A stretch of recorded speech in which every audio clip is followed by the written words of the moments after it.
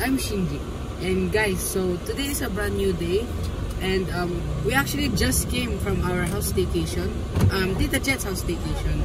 So basically we're actually going to another house of Tita Jet because we're gonna swim there. Yeah. So we were actually headed there now, but we're gonna grab some food and then that's when we're gonna go. So guys, now we're here at Luna. So we're gonna get out the car and just get into the side. So guys, we are here now. So as you can see, there's a swimming pool over there.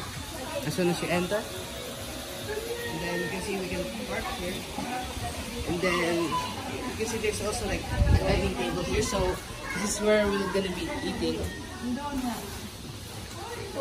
Here's our auntie, and this is our Ate Jets. Ayan. Then See? that is the inside. So as you can see, there's another pool table inside. Okay. And then in here there's another dining table. That's the kitchen. And this is the living room. There's even a TV here. Right there. And then the stairs, that is on that side. So like there are chairs here, so you can like sit down while people are playing pool. Okay, so now we're gonna go upstairs.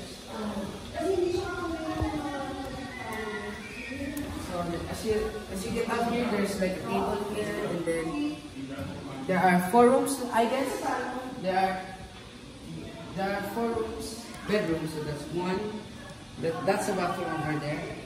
That's Luna 3. That's another bathroom. And then there's 2 other rooms. This one even has a bunk bed.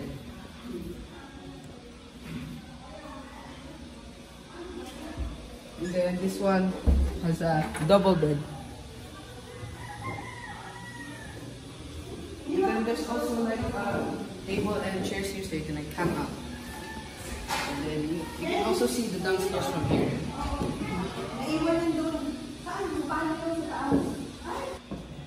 And then inside the bathroom you can see.